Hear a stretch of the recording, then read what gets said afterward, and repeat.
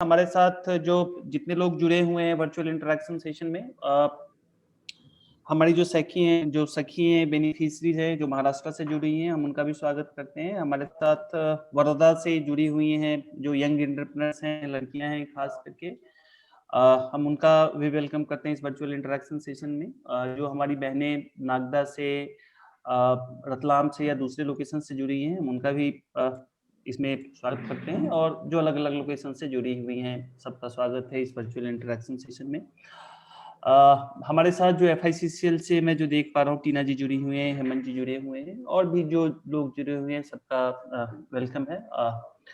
और सबसे मैं धन्यवाद देना चाहूँगा अशोक बग्गा सर को, जिन्होंने टाइम निकाला है हम लोगों के लिए।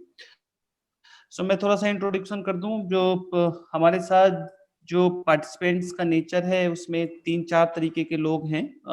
एक तो जो सखीज हैं हमारी, जो फ्रंटलाइन पे डिलीवरी का प्रोग्राम, हमारी ट्रेनिंग डिलीवरी का में रोल प्ले कर रही थी। दूसरी हमारी बेनिफिशरीज हैं जो पूरे, जिनको हमने ट्रेनिंग इम्पार्ट किया था डिजिटल फाइनेंशियल लिटरेसी का।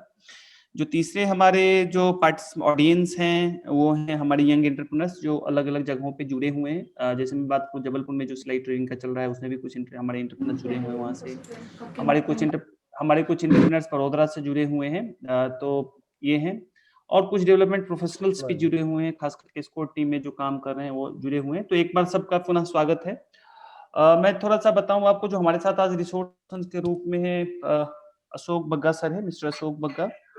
और अशोक बग्गा सर का अगर आप देखेंगे तो जो नमस्ते सर, आपका स्वागत है इसमें। और नमस्कार। और मैं सारी मधुबन जी म्यूट कर दीजिएगा सबको। हाँ जी मधुबन जी प्लीज म्यूट कर दीजिएगा। कंचन, हाँ, कंचन और ये संतोष म्यूट कीजिए अपने आप को। हाँ सर, एक हाँ जी, म्यूट कीजिए। ऑप्शन रख दो ना कि पार्टिसिपेंट को आप डिसेबल रखो उसमें। हाँ,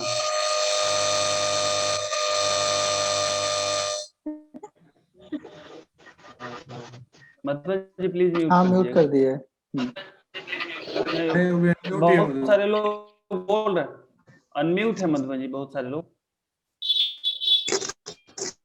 सारे लोग म्यूट कर लीजिए प्लीज, अपने आप को म्यूट कर लीजिए प्लीज। वो क्या होगा, मीटिंग आईडी मांग रहा है। ठीक है, तो अशोक बग्गा, अब इसमें मीटिंग आईडी निकालेंगे सर, बंद नहीं होगा क्या? मीटिंग आईडी बंद नहीं होगा क्या?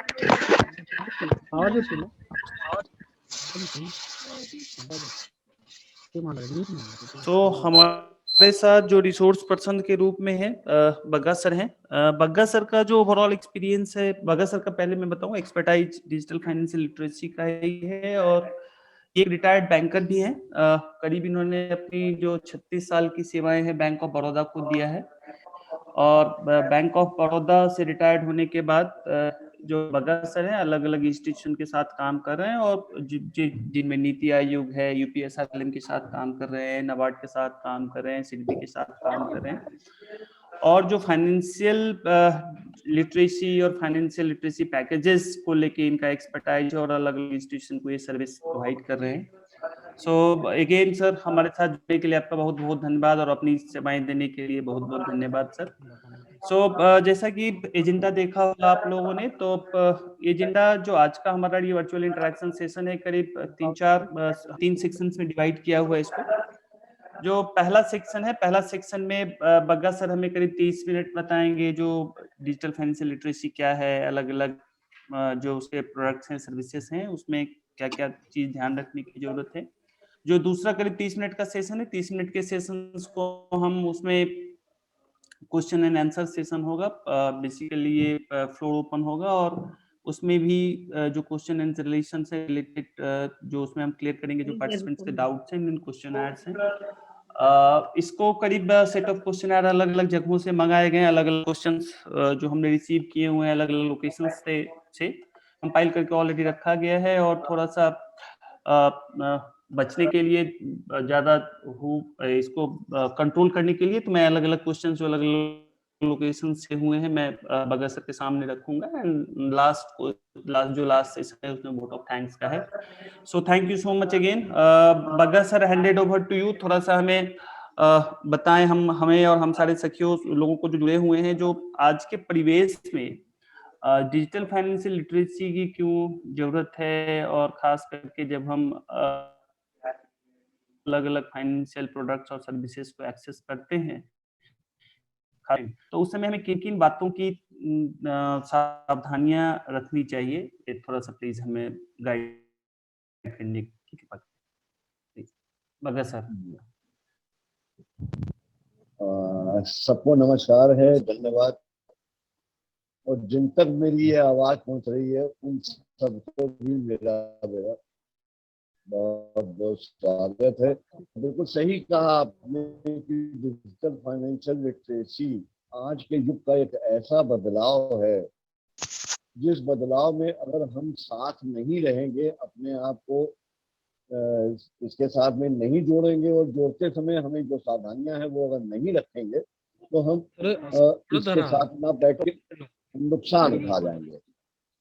तो पहले तो हम थोड़ा सा, मैं बैकग्राउंड में जाके आपको ये चीज बताना चाहूँगा। फाइनेंशियल लिटरेसी को पहले समझते हैं। डिजिटल फाइनेंशियल लिटरेसी हुई digital financial literacy.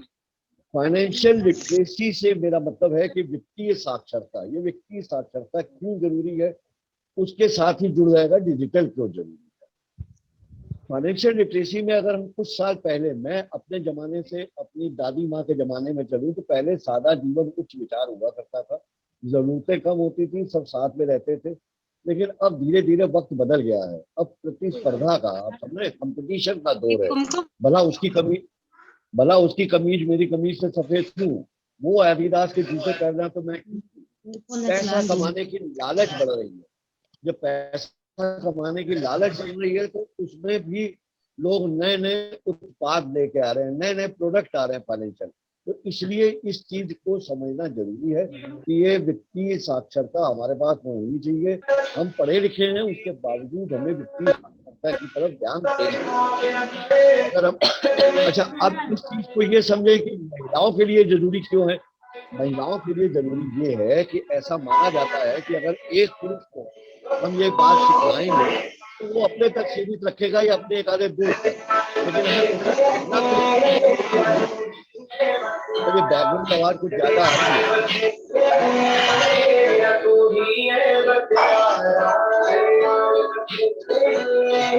Hello Santosh please, please Santosh ji mute कीजिए। जितने लोग हैं म्यूट कर दीजिए प्लीज। आवाज आप तक नहीं पहुंची। जितने लोग हैं म्यूट कर दीजिए। संतोष सकते म्यूट कर दीजिए। संध्या जी म्यूट कीजिए अपने को।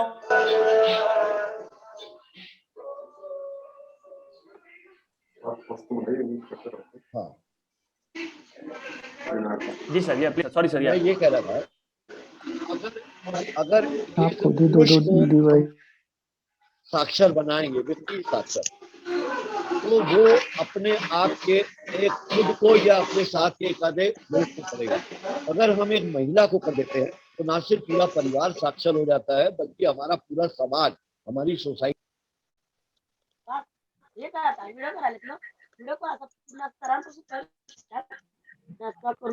मोबाईल वर पण दिसायला पाहिजे। सर आपकी आवाज बिल्कुल नहीं आ पा रही है। सर आप म्यूट पे हैं, अब अनम्यूट कर दिया। हाँ जी। तो अगर एक महिला को साक्षर करते हैं, तो ना सिर्फ उसका पूरा परिवार, बल्कि पूरा हमारा समाज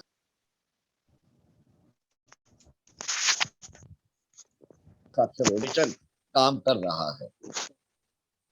मैं उसके लिए आपको धन्यवाद देता हूं।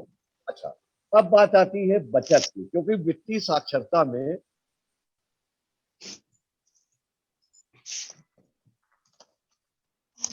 मेरे पास मैसेज दिया रहा है, होस्ट म्यूटेड यू। मैं अनम्यूट कर दिया रहा अपने आप को। अच्छा ठीक है सर। हाँ चंदन जी, मैं क्लियर। तो यस बात यहाँ वित्तीय साक्षरता के अंतर्गत हमें देखना क्या होता है कि अपनी जिंदगी को पैसे से जोड़ के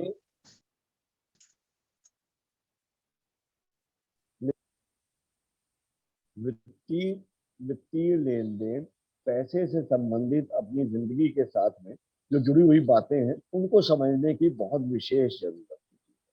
उस पैसे को हमें संभालने की और उसकी जरूरत क्यों होती है? क्योंकि पैसा एक ऐसी चीज है जिसके बगैर हमारा गुजारा नहीं है, और पैसा है तो जिंदगी है। लेकिन उस पैसे को लापरवाही से ना करके हमें अपने भविष्य के लिए भी संभाल के रखना होता है। क्योंकि कई बार हम देखते हैं जिंदगी में कि हमें किसी चीज की आवश्यकता है और हमारे पास में पैसा नहीं होता। वो पैसा क्यों नहीं होता? क्योंकि हमने अपने लापरवाही से वित्तीय जो उसको हम नहीं समझ पाते। तो उसके लिए हमें बचत करनी है, बहुत सख्त जरूरत है। और बचत को मैं एक लाइन में समझाना चाहूंगा। बचत से आम लोगों के मन में ये वहम है कि बचत वो है जो मेरी आमदनी है, उसमें से जो मैंने खर्चे कर दिए उसके बाद जो बच गया वो मेरी बचत है। नहीं, आज के बदले हुए माहौल में हमें ये ध्यान रखना होगा कि हमारी जितनी आमदनी है उसका कम से कम 10 से 20% हमें पहले से ही बचा के रख लेना चाहिए। वो हमारी वो ये बचत हमारी किस काम आएगी? वो बचत हमारी भविष्य की किसी परेशानी के लिए, भविष्य के हमारे जो बच्चों को पढ़ाने के, मकान लेने के, कार लेने के या कोई और चीज लेने के जो हमारे प्लान है उसके काम आएंगे। अब बात आती है कि इस बचत को क्या किया जाए। इस बचत को रखने के लिए हमें घर में, ये अभी पुराने जमाने में क्या होता था, लोग अपने घरों में अपने चावल की बोरी में, अपने बिस्तर के नीचे, अपनी जमीन में गाड़ कर रख देते थे। उसको चोरी हो जाने का, खो जाने का डर बना रहता था। उसके लिए हमें क्या करना चाहिए? उसके लिए हमें बैंक या पोस्ट ऑफिस की शरण में जाना चाहिए। क्योंकि बैंक और पोस्ट ऑफिस की शरण में मैं इसलिए कह रहा हूँ कि रखने को पैसा हम अपने किसी बड़े बुजुर्ग या किसी के पास रखना चाहें तो रख सकते हैं, किंतु वो पैसा हमारा सुरक्षित नहीं रह सकता। पैसा एक ऐसी चीज है जिसको देख कर किसी के भी मन में कभी भी कोई लालच आ सकता है। तो इस वजह से वो बैंकों में जाना चाहिए। और बैंक में रखने के लिए आपको पहले भी बताया जा चुका है कि कई तरीके से खाते हैं, FDR, रिकरिंग और उसके अलावा सेविंग बैंक। इन तीनों खातों की जरा एक एक लाइन में हम लोग वो एक रिफ्रेश होने के नाते समझने की कोशिश करते हैं कि सेविंग बैंक हमें कब रखना चाहिए। सेविंग बैंक हमें तब रखना चाहिए जब हमें रोजमर्रा के जमा निकासी के लिए पैसे को जरूरत पड़ सकती है। FD हमें क्यों खोलना चाहिए? FD खोलनी तब चाहिए जब हमारे पास में कोई एक मुश्त रकम रखी हुई है और उस एक मुश्त रकम को हम कुछ दिनों के लिए अपने पास में उसकी जरूरत है तो हम उस पैसे को बैंक में रख देंगे। कितने समय के लिए? जितने समय के लिए हमें लगता है ये पैसे की जरूरत हमें नहीं पड़ेगी, तो उतने समय के लिए हम रखेंगे। अब आती बात रिकरिंग डिपॉजिट की। तो रिकरिंग डिपॉजिट जिसको हम कहते हैं, महीना दर महीने किस्तों में पैसा जमा करके बूंद बूंद से सागर बनाया जाए। आप समझ रहे हैं? किसी भी चीज की मुझे साल बाद या 2 साल बाद कोई चीज खरीदने का या किसी एक चीज की मुझे जरूरत है, उसको लेने का अगर मेरा मन है, उसके लिए मुझे पैसा मेरे पास में अभी नहीं है, तो हम अपनी प्लानिंग करेंगे। तो हमने मान लीजिए मुझे आज 2 साल बाद 25,000 रुपए की जरूरत है, तो मैं क्या करूंगा या मैं क्या करूंगी, महीने में अगर 1,000 रुपए की एक रिकरिंग अगर हम किसी बैंक में खोल देंगे तो 24 महीने में हमारा पैसा तैयार हो जाएगा। अब बात आती है इस रिकरिंग डिपॉजिट और इस FD डिपॉजिट के प्रति हमें क्या क्या चीजों को ध्यान रखना चाहिए। पहली चीज तो ये, हमें हमेशा शामिल खाता रखना चाहिए। शामिल खाता रखने के साथ साथ हमें अपने हर खाते को एक ना एक नॉमिनी दे देना चाहिए। एक नॉमिनी रहेगा तो उससे क्या भला होता है? उससे फायदा ये होता है कि बैंकों में जब कभी कोई आकस्मिक मृत्यु हो जाए या जो खाते धारक है उसकी अगर डेथ हो जाएगी तो उसके जो बाकी बचे हुए लोग हैं उनको पैसा निकालने के लिए कोर्ट कचहरी के चक्कर लगा के काफी दिक्कत वाला काम ये हो जाता है। लेकिन अगर नॉमिनी रहेगा तो नॉमिनी उस अकाउंट के पैसे को बैंक का फॉर्म भर के आराम से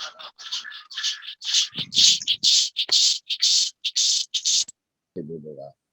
हेलो, शामिल खाता से होने से क्या होता है कि शामिल खाते में अगर किसी एक खातेदार की मृत्यु हो जाती है तो जो दूसरा खातेदार है उसको वो खाता चलाने की परमिशन होती है, और वो खातेदार जो बच गया है वो अपने साथ में किसी दूसरे को फिर भी शामिल कर सकता है। ये कुछ ऐसी छोटी छोटी बातें थी, मुझे लगा आपको रिफ्रेश करने के नाम पे ये करना चाहिए। एफडीआर के मामले में और आरडी के मामले में एक बात और मैं आप लोगों से बताना चाहूंगा। एफडीआर में मान लीजिए आपके पास में एक लंबी रकम है 2 लाख रुपया, एक मिसाल के तौर पर हमने माना आपके पास में 2 लाख रुपया है जो कुछ समय के लिए आपके पास में खाली पड़ा हुआ है। आपने बैंक में जाके एफडीआर करनी है, लेकिन ये एफडीआर छोटी छोटी रकमों में करनी चाहिए, अलग अलग तरीके से। जैसे 2 लाख का करना, एक हम 10,000 की कुछ एफडीआर बना दें, कुछ 25,000 की बना दें, कुछ 50,000 की बना दें, और एक 1 लाख की बना दें। इसका फायदा समझिए क्या होता है। एक तो पहली बात तो बैंक को इसमें कोई दिक्कत नहीं है, क्योंकि आजकल सारा काम कंप्यूटर से करना है। कोई भी बैंक का बाबू ये नहीं कह सकता कि साहब इतना बड़ा काम मैं नहीं कर पाऊंगा। अगर मशीन ने बनानी है आप बताइए, वो बनाएगा। फायदा समझने की कोशिश कीजिए। फायदा ये है कि जिंदगी में कब कितने पैसे की अचानक जरूरत पड़ जाए हमें पता नहीं रहता। अब इस 2 लाख रुपए की हमने अलग अलग एफडीआर बना रखी है। इसमें हमें मान लीजिए कल को आने वाले 2 महीने बाद हमें 10,000 रुपए की जरूरत पड़ी, तो अब मेरे पास में और कोई पैसा नहीं है। मैं क्या करूंगा, मैं बैंक में जाऊंगा और बैंक से कहूंगा साहब मेरा पैसा मुझे दिया जाए। तो अभी अब अगर हमने एक एफडीआर खोली होती तो हमें क्या करना पड़ता, एक एफडीआर का तोड़वाना पड़ता और उसका पैसा हमें लेना पड़ता। अब उस एक पैसे को 10,000 के पीछे हमने 2 लाख रुपए को कैश करा दिया। और मेरा ये दावा है, मेरा ये मानना, कभी भी पैसा घर में आया तो जो हमारी दबी हुई जरूरतें भी हैं वो सब भी खड़ी हो जाएंगी। बेटा कहेगा पापा आप पैसे तो ये भी ले दीजिए, वो भी ले दीजिए, ये भी कर दीजिए। वो रकम हमारी टूट जाती है। 10,000 की जरूरत है, हमने 10,000 की एफडीआर दी और 10,000 की एफडीआर के तोड़वा के बाकी 1,90,000 क्या हुआ, अपना रखा है ना, वो फिर किसी काम पर आएगा। नहीं तो वक्त आने पे जो 2 साल बाद हमें जरूरत है हम उसको इस्तेमाल कर लेंगे। पहली बात तो ये बता। रिकरिंग को भी कुछ इस तरीके से करना चाहिए, अलग अलग समय के जो अपनी अलग अलग जरूरतें हैं उसके हिसाब से अलग अलग होना चाहिए।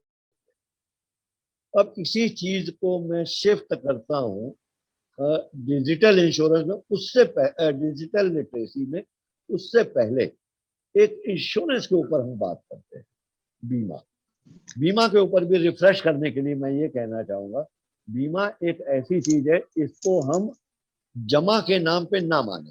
बीमा हमारे लिए अपने जीवन पे, क्योंकि आज हम कमा रहे हैं, जो भी कमा रहा है उसके पीछे उसका परिवार उसके साथ जुड़ा हुआ है। तो बीमा अगर हम करा लेंगे तो बीमा कराने से ये होता है, कल को जिस जिस आदमी के जिसके सहारे उसके ना रहने पे वो परिवार एकदम से भटक ना जाए, उसके जीवन का बीमा करा लेना चाहिए। वो बीमा करा लेने से क्या होगा, अगर उसकी असमय से डेथ हो जाएगी तो उसका परिवार भूखों नहीं मरेगा। जितना पैसे का बीमा कराएंगे उतना पैसा उसके परिवार को मिल जाएगा, तुरंत का गुजर बसर होना शुरू हो जाएगा। अब आप समझ लेते हैं कि बीमा कितने का कराना चाहिए। पहली चीज, बीमा कम से कम जो आपकी 1 साल की आमदनी है उसका कम से कम 10 गुना करवाना। 1 लाख की आमदनी है साल भर की, कम से कम 10 लाख का बीमा। या एक दूसरा तरीका है, मान लीजिए आपने कुछ कर्जे ले रखे, बीमा किस लिए और भी जरूरी है, मैं जीवन बीमा की बात कर। जीवन बीमा में आपने मान लीजिए बच्चे की पढ़ाई और मकान और किसी ना किसी वजह से आजकल लोन ले लेता आदमी, ताकि किस्तों में पैसा अदा करके वो काम बना लेता। अब आपकी डेथ हो जाती है किसी वजह से, तो वो कर्जे कौन देगा? आपका परिवार खाने पीने में झंझटों में पड़ेगा या वो कर्जे चुकाएगा? तो आप एक तरीका ये कर सकते हैं कि जितना कर्जा है उसको जोड़ लिया कि मैंने बैंक से या बाजार से कितना पैसा उधार ले रखा है, उस पैसे की उधारी का अमाउंट या 10 लाख की आमदनी, इसमें से जो भी ज्यादा हो उसका कम से कम बीमा करवाना चाहिए। ठीक है। ये सारी तो मैंने पुरानी बातों को याद करने के लिए, चंदन जी ने बताया, मधुबन जी ने बताया कि ये सारी बातें आपसे हो चुकी हैं। ये सारी बातों को मैंने एक बार रिवीजन के तौर पे किया। अब इसको मैं डिजिटल लिटरेसी से जोड़ता हूँ। एक बग्गा वक्त सर मैं था जब हम हाँ प्लीज। बग्गा सर मैं थोड़ा सा 1 मिनट थोड़ा सा और क्लैरिटी के लिए, जो हमारे साथ जुड़े हैं उनकी क्लैरिटी के लिए, एक तो दो जी तीन चीजें अभी तक आपने चर्चा में हाईलाइट करी है। एक तो जो हमें खास करके जो हमारी आमदनी है उसका 10 से 20% हमें सेविंग करना चाहिए, जो एक आपने हाईलाइट बिल्कुल किया है पूरे डिस्कशन में। जी। दूसरा आपने कहा जो शामिल खाता होना चाहिए, तो थोड़ा शामिल खाते में थोड़ा सा 1-2 मिनट बताएंगे सर, शामिल खाता क्या है, इससे क्या फायदे होते हाँ हैं? बिल्कुल बिल्कुल बिल्कुल मैं बताता हूँ। चंदन जी ऐसा होता है कि जब हम खाता एक खोलते हैं अगर सिंगल अकाउंट पे, तो पहले तो उसका नुकसान मैंने आपको बता ही दिया कि नॉमिनेशन वाली बात है। शामिल खाता पति पत्नी का शामिल खाता हो जाए, अपने परिवार के दो लोग बाप बेटे का शामिल खाता हो जाए। इस शामिल खाते को हमें खाता रखने का लाभ ये होता है कि मम्मा जी क्या है उन दोनों जी खाते को शामिल खाता करके खोलना चाहिए। उसमें बैंक में ये खाता खोलते समय हमें संचालन की जो प्रक्रिया है, क्योंकि बैंक में देखिए सबसे बड़ी बात यह है, बैंक जमा करते समय कोई कानून नहीं करेगा। हम लोग बैंक में जब थे तो ये तक कहते थे कि भाई घर का कुत्ता भी अगर गले में, कोई जानवर भी गले में झोला लटका के पर्ची लेके आ जाएगा तो उसके खाते में जमा कर दिया जाएगा। मेन दिक्कत निकालते समय की आती है। तो पैसा निकालने के लिए अगर दो लोग शामिल होकर खाता खोलेंगे और उसमें बैंक को ये कहेंगे कि हम दोनों में से कोई एक, या उत्तरजीवी जो बच जाए, मैंने मान लीजिए मैं हूं और मेरी पत्नी है, पति और पत्नी का शामिल खाता खोल दिया हमने। इससे क्या होगा, और बैंक में ये कहा भाई पति आए या पत्नी आए, दोनों में से कोई भी एक आएगा तो पैसा निकाला जा सकता है। इससे क्या भला होगा, मान लो पति परदेश गए या शहर गए, पैसा निकालने की जरूरत पड़ गई है तो पत्नी भी बैंक में जाके निकाल सकती है। सबसे बड़ा फायदा तो ये होता है। अब कई बार क्या होता है, पिता और पुत्र के नाम के शामिल खाते खुलते हैं, तो हमें वहां बैंक में अगर पिता को ऐसा लगता है कि यहाँ पे हमने किसी भी एक को इजाजत दे दी खाता चलाने की, तो इस केस में क्या करते हैं, हम ये कहते हैं कि पूर्ववर्ती या बचा हुआ, पूर्ववर्ती मतलब जिसका नाम पहले है वो जब तक जिंदा है वो खाता चलाएगा, उसके ना रहने पे दूसरा आदमी जो बचा है वो चलाएगा। ये उस मामलों में है जब पिता पुत्र या कोई ऐसे दो लोग शामिल खाता रख रहे हैं जिसमें मेरा प्यार तो है इनके प्रति, मेरी इच्छा तो है कि इनको पैसा मिले, लेकिन मुझे डर ये भी है कि ये मेरी इजाजत के बगैर पैसा निकाल ना ले, खर्च ना कर ले। तीसरी एक स्थिति और बनती है, तीसरी स्थिति ये बनती है कि हम दोनों का शामिल पैसा है, हम दोनों को एक दूसरे पे यकीन नहीं है, तो हम क्या बैंक में लिख के देंगे, भैया हम दोनों आएंगे तभी ये पैसा निकलना चाहिए। तो उसकी इंस्ट्रक्शन क्या हो जाएंगी, उसके आदेश क्या हो जाएंगे बैंक को, दोनों को शामिल रूप से पैसा दिया जाए। तो तीन स्थितियां मैंने बताने की कोशिश की, किसी एक को या सर्वाइवर को जो बच जाए उसको पैसा मिले, पहले नाम वाले को या सर्वाइवर को मिले, तीसरा दोनों शामिल आए तभी पैसा मिले। इसका फायदा मैंने आपको बताया, ताकि अब बैंक से पैसा निकलना मृत्यु के बाद बहुत झंझट वाला और बड़ा एक लंबी प्रक्रिया होती है। इस वजह से इसको शामिल खाता खोलना अच्छा है। मेरा ख्याल है इतना काफी। बग्गा सर मैं आपको 1 मिनट और आप ये बग्गा सर 1 मिनट और का टाइम लेना चाहूंगा मैं, जो हमारे साथ लोग हाँ जुड़े हैं प्लीज उनकी प्लीज, समझने आपके के लिए, साथ जो आपके आमतौर साथ। पे अगर हम ये शामिल अगर हम शामिल खाता खोलते हैं तो आमतौर पे जो कागजी प्रक्रिया है वो वही है जो एक हम बचत खाता खोलते हैं इंडिविजुअल उसमें, या इससे कुछ अलग है इसकी प्रक्रिया? नहीं, इसमें उसी प्रक्रिया के तहत दो आदमी तीन आदमी भी शामिल होकर खाता खोलेंगे। फर्क सिर्फ इतना पड़ेगा, जितने लोग शामिल होंगे उन सब का केवाईसी, सब आजकल बड़ा कॉमन शब्द है, उसके जो पहचान के और पते के प्रमाण पत्र हैं वो जितने भी लोग शामिल होकर खाता खोलेंगे उनके देने पड़ेंगे। और दूसरी बात ये सिर्फ बचत में ही नहीं, एफडीआर में भी ये शामिल खाता हो सकता है और रिकरिंग में भी ये शामिल खाता इसी तरीके से खोला जा सकता है।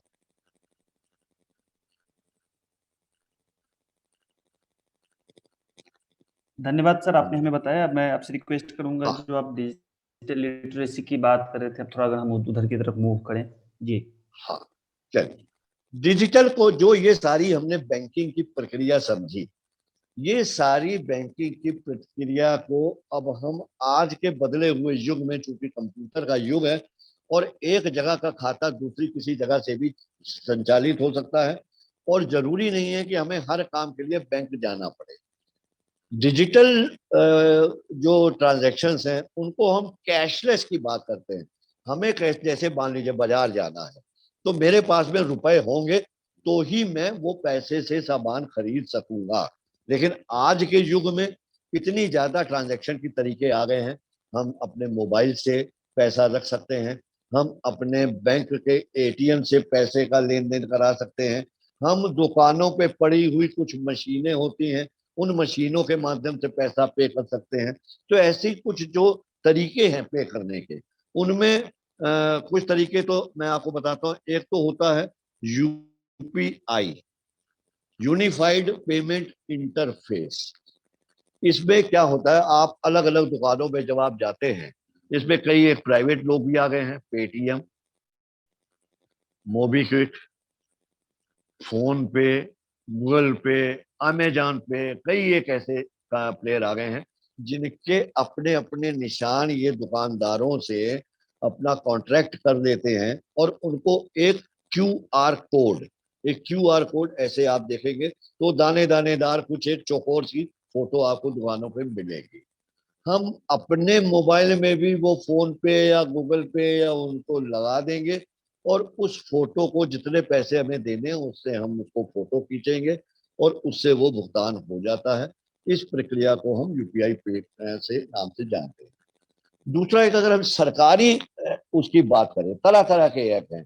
एक भीम ऐप आता है, भारत इंटरफेस मनी का है, भीम ऐप के नाम से आता है।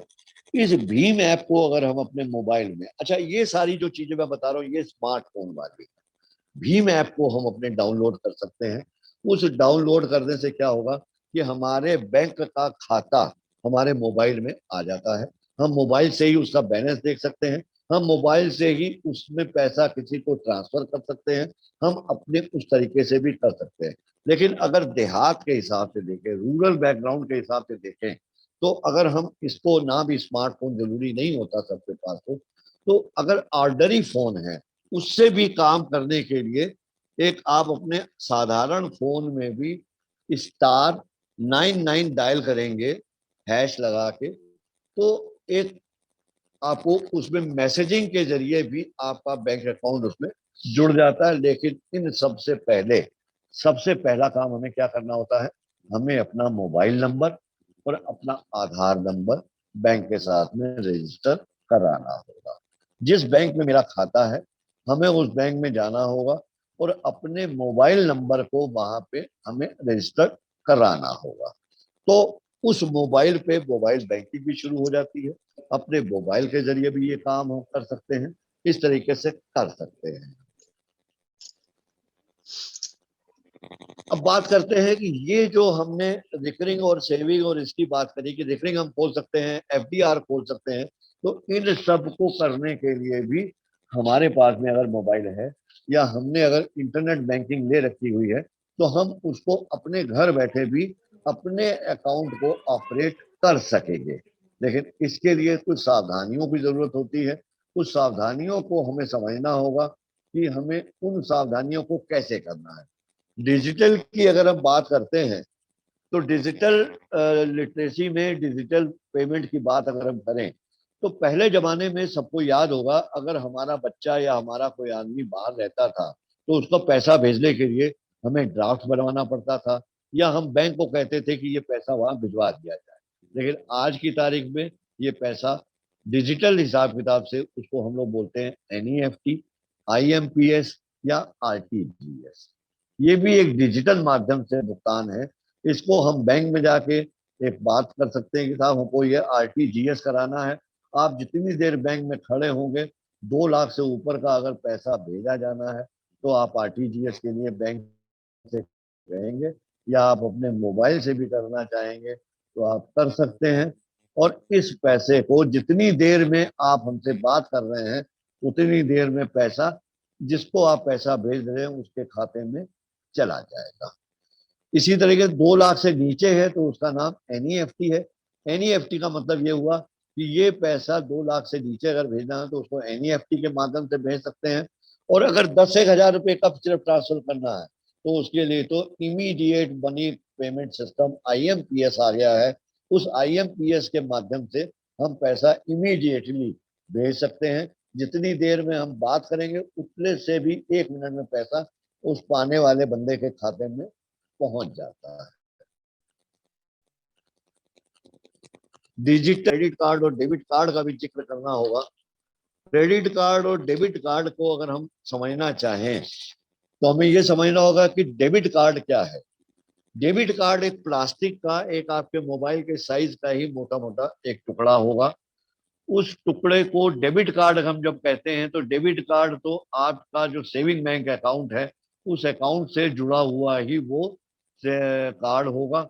आपके अकाउंट में बैलेंस होगा तभी वो किसी निकटवर्ती ATM से जाके निकलेगा।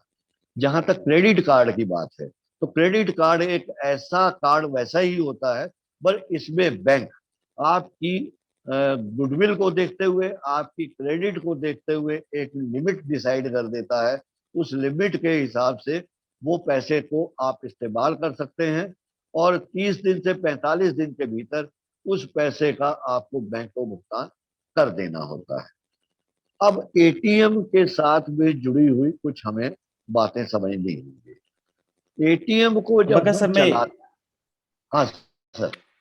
भगत सर जी, जो आपने इतने एग्जांपल्स दिए हैं और बहुत सारे जो कंपनियां हैं इस पे काम भी कर रही हैं, जिससे जैसे हम FICCL Fulton India credit company के साथ काम कर रहे हैं लिमिटेड के साथ, जी तो जी उनका भी मैंडेट यही है। वो जिन लोगों के साथ काम कर रहे हैं, चाहे वो सखी के साथ काम, जो वो बेनिफिशियरी जो गांव की महिलाओं के साथ काम कर रहे हैं, तो उन्होंने भी इस चीज को यूनिफाइड किया हुआ है। जितने भी उनके ट्रांजेक्शन हैं, जितने भी तरीके, अगर आप लोन लेना चाहेंगे या लोन का रिपे होगा, तो ये सब सारी तरीके से हो रहे हैं। और बहुत सारी पैरेंट कंपनियां जो है इसमें है। और मतलब हम धन्यवाद देना चाहेंगे FICCL को भी, जो इस तरीके के मतलब लोगों को डिजिटलाइज करने में, खास करके इन टर्म्स ऑफ पेमेंट और इनके नजरिए से इनका भी रोल बड़ा हो रहा है। और हमारे पास ये आसपास उदाहरण देखने को इजीली मिल सकते हैं। So sorry for interruption sir, मेरे पास ये एग्जांपल्स मेरे पास एक आ रहे थे तो मैंने सोचा आपको मैं बताऊं sir. So please sir continue. हाँ जी। तो ATM की बात मैं कर रहा था। ATM आपको पता ही है, ATM जब बैंक से मिलता है तो उसके साथ में एक 4 अंकों का एक पासवर्ड या पिन हम उसे बोलते हैं, उसको भी बोलते हैं। सावधानी ATM के वो काम करते समय क्या रखनी चाहिए? एक तो दूर दराज का अनजान ATM में ना जाए। दूसरी चीज, ATM में जब आप जाएं तो देखें पहले कोई आदमी अंदर है तो पहले उसको काम कर लेने दीजिए, तब आप अंदर जाएं, किसी की मौजूदगी में ना जाएं। तीसरी चीज, अपना जो 4 अंकों वाला पिन है वो किसी को नहीं बताना है, किसी को भी नहीं बताना है, चाहे पति पत्नी कोई हो, जितना मर्जी विश्वसनीय हो, उसको वो नहीं बताना। मैं आपको अपने बैंक का एक 2 मिनट में एक चीज बताता हूँ। पति ने पत्नी को अपना कार्ड बाहर जाते समय दे दिया और पिन दे दिया। पत्नी ने भी आलस में आके अपने बेटे को वो कार्ड दिया और पिन बता दिया कि जाओ बेटा ये पैसा निकाल लाओ। बेटे ने पैसा तो निकाल लिया और उसके बाद में बिना माँ को बताए अगली बार फिर निकाल लिया। पति देव ने जब पासबुक चेक की तो पता चला ये पैसा कहाँ गया या क्या हुआ। तो फिर पत्नी से पूछा, पति ने कहा नहीं, मैंने बेटे को एक बार निकालने के लिए दिया था। वो बाद में बैंक के खिलाफ बड़ी कार्रवाई करते रहे, सब कुछ करते रहे। अंत में पता चला कि वो पैसा तो बैंक से उनके बेटे ने निकाला था, क्योंकि जो पुराने ATM है उनमें कैमरे नहीं लगे होंगे। आज के युग के जो नए ATM आ गए हैं उनमें कैमरे लगे हैं, उनको पता भी चल जाता है कौन विड्रॉ करने गया था। 4 अंक कई लोग, क्या महिलाएं खास तौर पे याद नहीं रखती हैं और उसी कार्ड के पीछे उसी को 4 अंकों के पिन को नोट कर देती हैं। तो मतलब ये तो वही हो गया कि ताला जो है, पिन को हम क्या कहते हैं? ताले की चाबी है। आपके ATM की जो तिजोरी है उसकी चाबी हम पिन को बोलते हैं।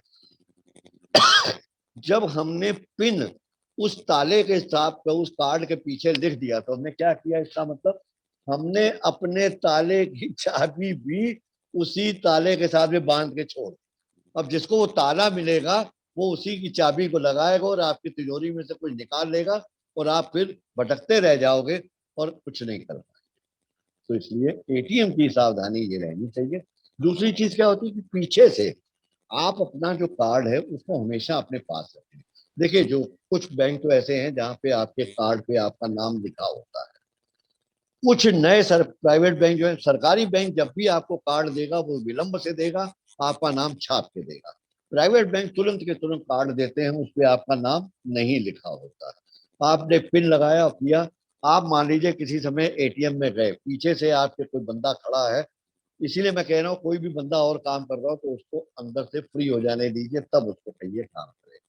हमने ध्यान नहीं दिया, उसे पीछे से कंधे से हमारा पिन देख लिया।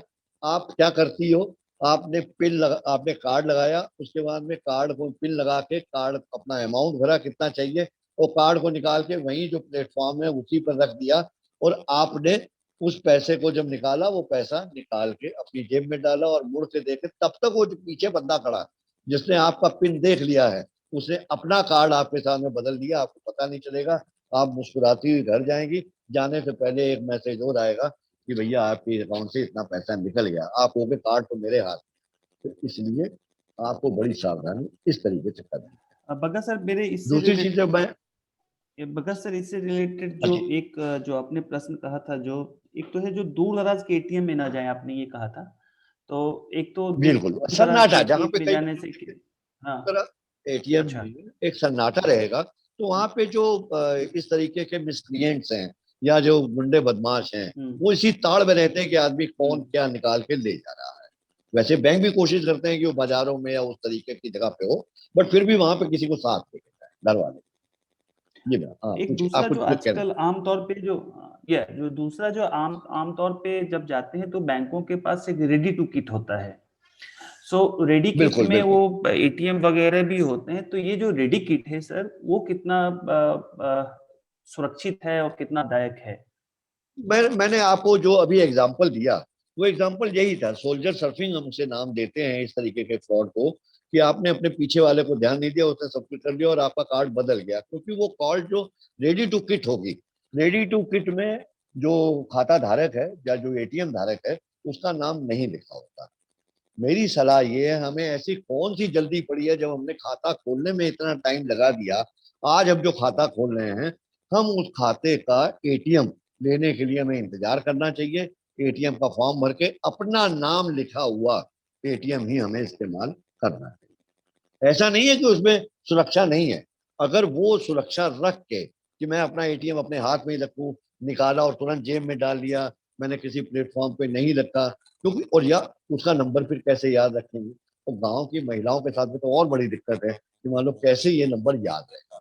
वो अवॉइड करना चाहिए, कहीं मनाही नहीं है, मनाही हो तो लोग दे क्यों देते हैं, लेकिन हमें इंतजार करना चाहिए अपने नाम का लिखा हुआ कार्ड का। मेरा तो ये कहना और मानना रहेगा। सुरक्षा की दृष्टि से बस इतनी सुरक्षा है, अदरवाइज ट्रांजैक्शन के हिसाब से पूर्णतः सुरक्षित है। बट मेरा मानना ये है कि चूंकि ये कार्यक्रम हम गांव की या कुछ कम पढ़ी लिखी महिलाओं के लिए कर रहे हैं, तो हमें उसके ऊपर अपना नाम लिखा हुआ ही एटीएम प्रेफर करना चाहिए, हमें प्राथमिकता दी। उसके लिए 15-20 दिन करेंगे, कोई दिक्कत नहीं सर। तो मुझे लगता है अगर आपके तरफ से और कोई नहीं हो तो हम नेक्स्ट सेशन की तरफ मूव करें सर, या मधुबन जी, जो बस हेमंत जी। दूसरी जी। दूसरी एक चीज इसमें और थी, मैंने जितने भी ये ऐप की बात कही, जो धीरे धीरे आज के युग में बच्चे ज्यादा तेज हैं बुजुर्गों से, वो जो भी ऐप आप इस्तेमाल करें, मेरी रिक्वेस्ट ये है वो बराए मेहरबानी उसको अपडेट जरूर करते रहें, क्योंकि उसके वर्जन जो आते हैं वो पुरानी खामियों को, पुरानी कमजोरियों को दूर करते हुए आते हैं। इसलिए चाहे वो भीम ऐप हो, चाहे यूपीआई ऐप हो, या पेटीएम या फोन पे, या आपके अपने FICC वालों का कोई अगर ऐप हो, इन सब के अपडेटेड वर्जन तुरंत के तुरंत साथ के साथ अपडेट करते हैं। तो बातें तो अभी बहुत सारी हैं। आप जैसा आदेश करने का प्रश्न उत्तर की बात है, सेकंड सेशन की तरफ मैं तैयार। आपको लगता है सर हमें कुछ और चीजों पे जो इम्पोर्टेंट है तो अगर डिस्कशन करने की जरूरत है या बताने की जरूरत है, जो हमारे साथ बहनें जुड़ी हुई हैं, अलग अलग लोग जुड़े हुए हैं, तो हम 5 मिनट टाइम और उस पर ले जा सकते हैं, और अगर ऐसा नहीं नेट है तो फिर बैंकिंग, हम नेट क्वेश्चन बैंकिंग पे चंदन जी आपको लगता है कि आपके जो यूजर्स हैं या बेनिफिशियरी हैं नेट बैंकिंग करते तो होंगे? चंदन जी, एडिंग जी टू दिस है ना, ये अपना बग्गा सर ने जो ब्रीफ अभी किया है अपने को ना डिजिटल लिटरेसी को लेके, और हमने पहले भी बहुत सारी चीज़ें इसके बारे में बताई है अपनी सखीज को, और जो हमारे साथ दीदी और जुड़े हैं बेनिफिशियरी जुड़े हैं। मैं एक बार और इस पर थोड़ा सा ये ब्रीफ करना चाहता हूँ कि जो आपने FICCL बोला है, तो मेरे साथ आई थिंक हमारे साथ ऑलमोस्ट कुछ 100 से ज़्यादा लोग जुड़े हैं, 100 से ज़्यादा लोग जुड़े हैं, जो जी ग्राम शक्ति के कुछ तो हमारे सेंट्रल लीडर्स हैं, और कुछ शायद हमारे कस्टमर्स हैं, और मे भी कुछ लोग शायद हो सकता है फ्यूचर में बने।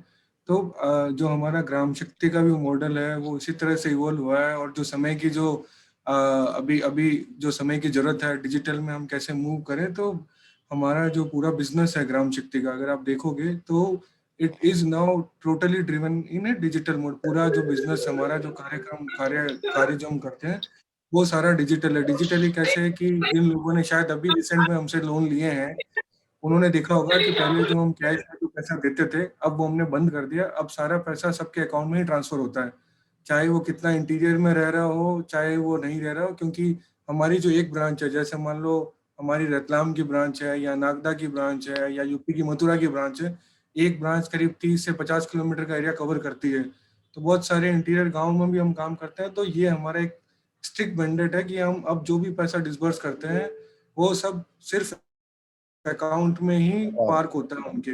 बिल्कुल दूसरा, जो भी कलेक्शन अब हो रहे हैं, हम उसमें बहुत ज़्यादा प्रमोट कर रहे हैं डिजिटल वाले मोड को। डिजिटल मतलब हमारा खुद का ऐप है, उसके अलावा भीम हो गया, UPI हो गया, पेटीएम हो गया, एक पावर पे करके हमारा अपना ऐप है। तो हम अब अपने कस्टमर्स को इतना ज़्यादा इसके लिए फोकस कर रहे हैं कि आप भी इस ये जो डिजिटल चेंजेज है उसको आप अडॉप्ट करें, और उस अडॉप्ट करने के साथ में ताकि आपका ये कभी कभी ऐसे मैसेज आते हैं कि किसी स्टाफ ने पैसे लिए पर उसका रसीद उन्होंने नहीं दिया, तो बाद में ये समस्या आती है सेटलमेंट के समय कि हमने पैसा तो दिया था, वो पैसा अकाउंट में आया नहीं।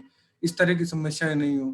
तो ये जो पूरा प्रोग्राम भी हमने इसीलिए डिजाइन किया है, जो हमारा ये प्रोग्राम है जिसको हम सखी 3.0 बोलते हैं, इस पर हमारा उद्देश्य यही है कि जो हमारे ग्राम शक्ति के जो डायरेक्ट लोग जो हमसे जुड़े हैं, या जो भविष्य में ऐसे लोग हैं जो हमसे जुड़ेंगे या जो नहीं भी हैं पर उस एरिया में है, वो इस डिजिटल के बारे में जाने। और कहीं पे भी अगर वो अपना फाइनेंशियल ट्रांजेक्शन कर रहे हैं, चाहे वो FICCL में हो, चाहे ग्राम शक्ति में हो, चाहे किसी भी बैंक में हो या किसी NBFC के साथ हो, वो सब चीज़ों के साथ अपडेटेड रहे।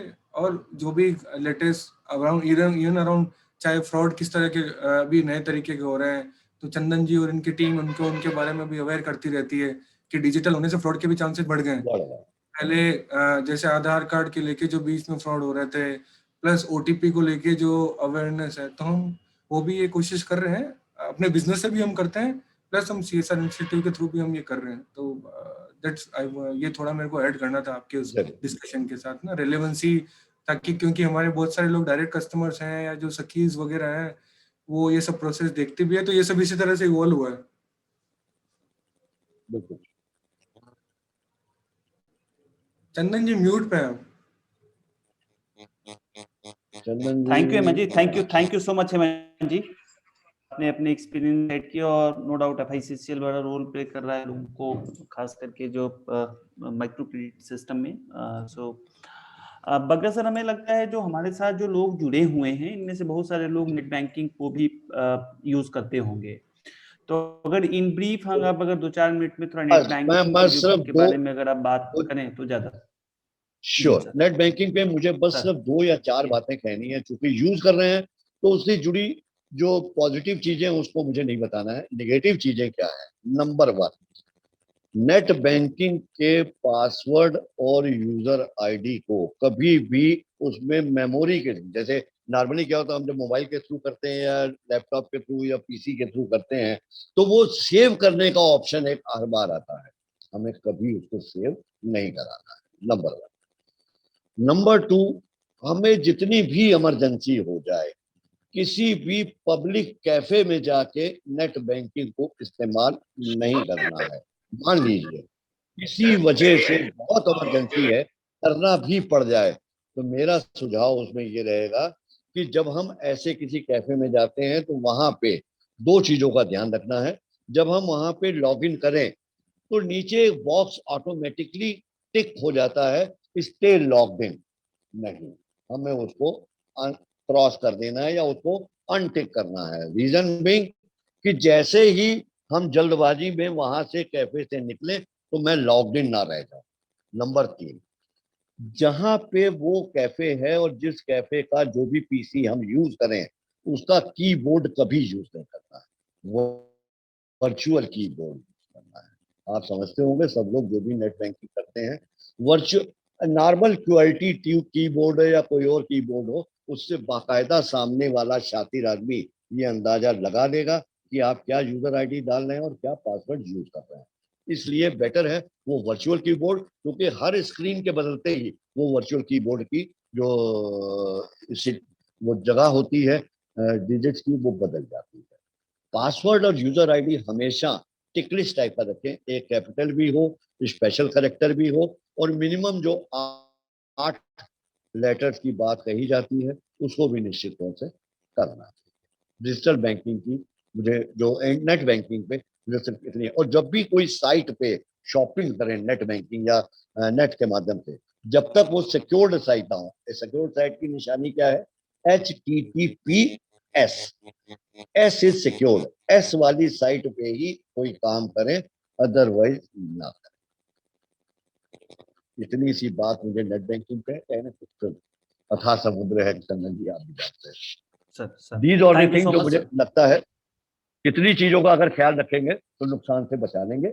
और अभी कुछ बैंकों ने काम और कर दिया है, आप अपनी रोजमर्रा की लिमिट्स को डिसाइड खुद कर सकते हैं कि आप कितना ट्रांजैक्शन करना चाहेंगे, उसको लिमिटाइज करें, उसको उसी समय ओपन करें जिस समय आप काम करने जा रहे हैं। ठीक है सर। तो थैंक यू सो मच। खास करके ये जो चीज़ें आपने वर्चुअल कीबोर्ड के बारे में बताई सर, ये बहुत उपयोगी है और हमारे जो लोग कनेक्टेड हैं निश्चित रूप से इसको अडॉप्ट करेंगे। सो मधुबन जी, और लोगों से अगर कोई प्रश्न आप लोगों के नहीं हो तो क्या हम दूसरे सेशन की तरफ मूव करें? मधुबन जी। जी बिल्कुल, जो पार्टिसिपेंट्स के प्रश्न हैं आप उसको बग्गा जी के मधुबन जी सामने रखिएगा। ठीक है, ठीक है। तो तो चंदन जी, सर हमारे पास चंदन जी, जी जस्ट जी जी आप ये, I think I have one call around 3, तो आप कंटिन्यू कीजिए, है ना, ये डिस्कशन, है ना। I will try to log in again if it, मेरा अगर कॉल पहले वाउंड अप अगर हो जाएगा। But Bagga sir, thank you so much for नहीं this Hemant, thank you very entire much. session and overall brief। और I would also like to thank you सारा सखीज को, और मेरे जो जितने भी हमारे स्कोर के टीम मेंबर्स हैं जिसने इस पूरे प्रोग्राम को कंडक्ट किया है। मैं देख के आज बहुत, मतलब आई थिंक हम जिस प्रोग्राम की हमने शुरुआत की है डिजिटल वाला, और तो आज ये पूरा एक फिलर हमारे सामने है कि कैसे हम डिजिटली एक दूसरे से जुड़ सकते हैं और प्रोग्राम को हम और किस तरीके से बेहतर बना सकते हैं। तो मेरा सबसे निवेदन है कि जो बग्गा सर ने बताया आप उसको भी आप अपने जब आप सखीज, आप जब इन लोगों से आप जब आगे ट्रेनिंग दे रहे हैं तो उसमें भी इन बातों का आप और ऐड करें। अब जिन बातों को तो हम बता ही रहे हैं उनमें भी हम इन बातों को और ऐड करें जो जो सर ने अभी हमें बताई है, ताकि हमारा जो प्रयास है वो प्रयास और बेहतर तरीके से उसके परिणाम लोगों को मिल सके, बेहतर तरीके का एक अवेयरनेस हम क्रिएट कर सकें। तो I think thank you so much Chandan ji, Madhuban ji और entire team, and all the best. And thank you Hemant ji. Thank you so much boss, thank you. So जो प्रश्न रिसीव हुए हैं सर, हमें वो 3-4 कैटेगराइज मैंने किया हुआ है। बेसिकली वो जो प्रश्न है रिलेटेड टू बचत खाता है, fixed RD and FD deposit से है, बीमा से है, इंश्योरेंस से है। एक हमारे जो हमारे पार्टिसिपेंट्स हैं वो ललितपुर से हैं, उन्होंने मैसेज भेजा है, मैसेज के थ्रू उनका ये प्रश्न आया है, जो अगर गलती से गलत अकाउंट में पैसा डिपॉजिट हो जाए जी, तो उसके लिए हमें क्या करना चाहिए? अगर आपको जैसे ही पता चले कि किसी गलत, मतलब कोई एक, क्योंकि आजकल ये आम, इसलिए नहीं मैं कहूंगा इसीलिए हम कहते हैं कि जब भी पर्ची जमा की बने किसी और के खाते में पैसा डालने की, तो निश्चित तौर पे आजकल जो सेविंग बैंक के अकाउंट है वो 15-15, 14-14, 16-16 अंकों के हैं। गलती होना स्वाभाविक है, लेकिन अगर हो गई है तो तुरंत जिस ब्रांच से आपने पैसा जमा किया है उस ब्रांच से इमीडिएटली जिस ब्रांच को पैसा गया है वहां पे एक मैसेज करा के उस अकाउंट को पहले तो ब्लॉक करा दें। और ये काम जिसने पैसा जमा किया है उसकी जमा पर्ची को देख के ही भेजने वाली ब्रांच करेगी, अदरवाइज नहीं करेगी। ये एक निश्चित समझ के चलिए। और दूसरी चीज, जिसको पैसा मिला है, मतलब जिसको मिलना चाहिए था, उसकी तरफ से भी एक रिक्वेस्ट आएगी, तो जो भेजने वाली ब्रांच है उसको भी ये सपोर्ट होगा कि हाँ ये भेजने वाले की गलती से ये पैसा गलत चला गया। पहले तो वहां से ब्लॉक कराना पड़ेगा जहां पे पैसा पहुंचा है, ताकि वो व्यक्ति निकाल ना सके। उसके बाद में यहाँ से जो भेजने वाली ब्रांच है उससे वापसी की प्रक्रिया लेनी। इसमें तो जो आशा है जो ललित जी आपके जो प्रैक्टिकल सर इसमें जो एक्चुअल झगड़ा फंस जाता है, जिसको पैसा मिला है, अमूमन पाने वाली ब्रांच, यहाँ पे जो प्रैक्टिकल परेशानियां मैंने फेस की हैं, जिसको पैसा मिल जाता है वो देने में आनाकानी करता है, लेकिन नहीं, हमारी भेजने वाली ब्रांच वहां पे ईयर मार्क करा देगी तो वो भी इस्तेमाल नहीं कर पाएगा और वो उस पैसे को हम वापस मंगा सकते हैं। मुझे लगता है ललित जी की ये जो क्वेरी है इससे संतुष्ट हो। जी ललित जी, संभवतः ये अपने विचार जो सर के रिस्पॉन्स है उसको सुन पाए होंगे और निश्चित रूप से आपको ये मदद मिला होगा। सर हमारी जो सखी हैं बिहार से जुड़ी हुई हैं और जो सखी का वो विभा जी है मोतिहारी से, उनका एक प्रश्न है जो आरडी को हम कम से कम कितने और अधिक से अधिक कितनी अवधि के लिए आरडी अकाउंट कम से कम कितने और अधिक से अधिक कितने अवधि के लिए खुलवाया जा सकता है? अवधि की अगर अधिकतम की बात करें, अधिकतम तो कोई भी डिपॉजिट आज की तारीख में 10 साल से ऊपर का नहीं होता है, नंबर 1। कम से कम की अगर हम बात करें तो रिकरिंग 12 महीने से कम की नहीं होती।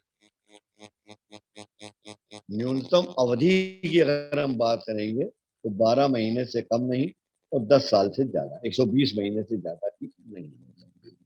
अमाउंट की अगर बात करते हैं, आजकल वैसे वो नियमों के हिसाब से तो 5 रुपए मिनिमम से भी शुरू हो जाती है, लेकिन 5 रुपए मिनिमम से आजकल होता है, लेकिन हाँ मना नहीं कर सकता। और वैसे इन नियमों में कभी कभी बैंक टू बैंक कुछ बदलाव आ जाते हैं। ये मैं अपने बैंक ऑफ बड़ौदा के पॉइंट ऑफ व्यू से ये बात कर रहा हूँ। तो हमारी जो दूसरी सखी है जी, जी बोलिए please. Hello sir, I am Sandhya Singh, living in Raxaul. Good afternoon sir. मुझे आपसे एक क्वेश्चन करना है। सर ये है कि मान लीजिए कि आजकल के तो युग में सबसे ज्यादा ये हाईलाइटेड में ये है digital payment, saving account and fix deposit, insurance, other person.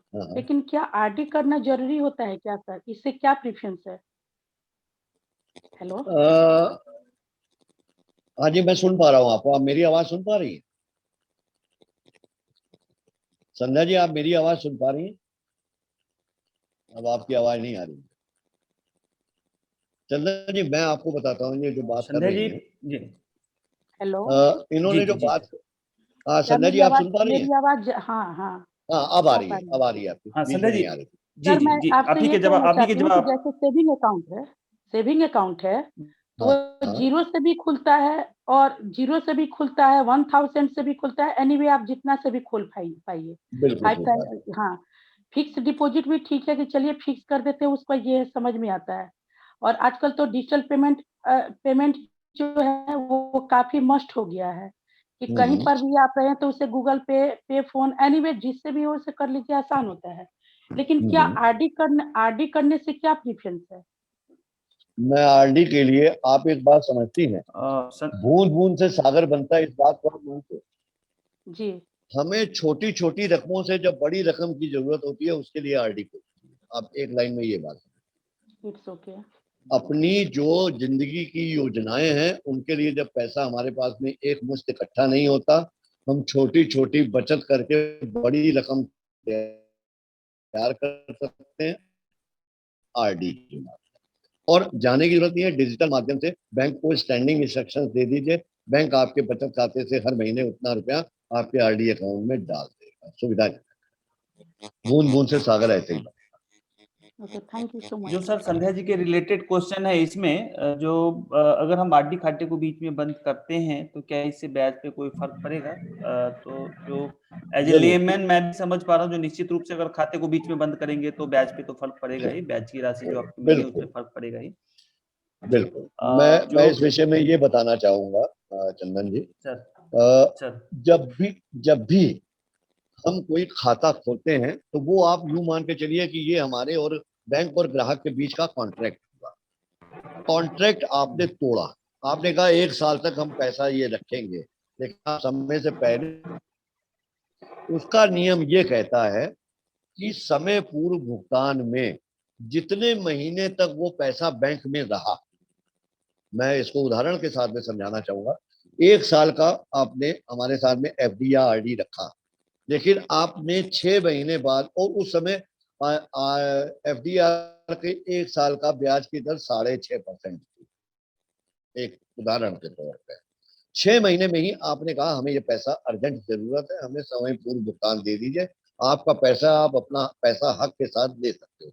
लेकिन बैंक इस केस में क्या करेगा, आपका 6 महीने जो पैसा रहा उसके लिए उस समय जो ब्याज की दर लागू थी, निश्चित तौर पे वो हो सकता है कम हो, वो लागू दर और उसमें भी दंड स्वरूप 1% की कमी कर दी जाएगी। उदाहरण यहाँ लेते हैं, 6 महीने की मान लीजिए ब्याज की दर 5% थी, तो 5% तो एक तो लागू हो गई, उसमें भी 1% का और दंड देके आपको 4% का भुगतान किया जाएगा। मेरा ख्याल है क्लियर हूं मैं उदाहरण के साथ।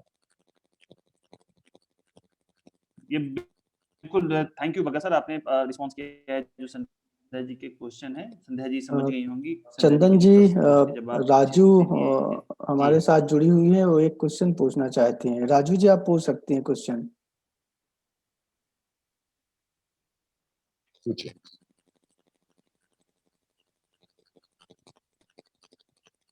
राजू अथनेकर, आप कुछ क्वेश्चन पूछना चाहती हैं?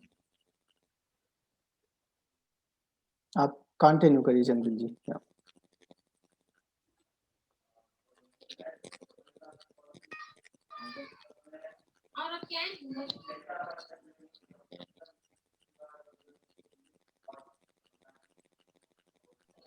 हेलो, हाँ बोलिए Anuradha ji. Hello, good evening sir. Good evening Sir, my name is Anuradha Kumari and I am belong in Raxaul. I have some questions. Sir, हम इस चीज के बारे में जानना चाहते हैं, अगर कोई आदमी मतलब फिक्स डिपॉजिट करता है और उसको अगर बीच में ही जरूरत पड़ जाए उस पैसे का, तो क्या वो पैसा निकाल सकता है या उसका कोई लॉस होगा या नहीं निकाल पाएगा वो? ये पिछले प्रश्न में संध्या जी को इसी बात में मैंने जवाब दिया, निकालना उसका हक है, निकाल सकता है, और उसको कम ब्याज की दर मिलेगी, जितने दिन चली होगी उसके हिसाब से ब्याज की दर निर्धारित होगी, उस पर भी दंड लगेगा। यहाँ पे मैं एक सुझाव दे सकता हूँ चंदन जी आपके माध्यम से, अनाथा जी आप अगर आपको ये ध्यान दे सकते हो, आप एक काम कर सकते हो, आपकी अगर एफडीआर है 10,000 रुपए की और आपकी 1,000 रुपए की जरूरत है, तो जरूरी नहीं है कि आप उस 10,000 की एफडीआर को तुड़वा लें। आप बैंक को अनुरोध कर सकती हैं, एक प्रार्थना पत्र दे सकती हैं कि जी हमें 1,000 रुपए की जरूरत है, तो बैंक आपको उस 10,000 की एफडीआर के खिलाफ 1,000 रुपए का आपको ऋण भी दे देगा। लेकिन यहाँ पे आपको ध्यान ये रखना होगा, क्या वो 1,000 की जो जरूरत है उसको आप भुगतान आप 4-6 महीने में या 2-3 महीने में, हफ्ते में कर पाएंगे, तब तो कर्ज लीजिएगा, वरना उसको तोड़वाना ही अच्छा रहेगा। इस केस में जो फायदा है, आपको ब्याज तो 10,000 पे पूरा मिलता रहेगा, और जो ब्याज देना है वो कुछ ज्यादा देना पड़ेगा, लेकिन वो 1,000 रुपए पे देना पड़ेगा जितना आप उधार दे रहे हैं। इस बात को जरा clear. Okay, thank you sir.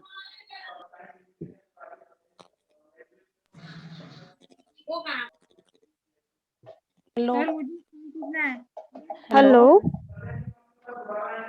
Hello hello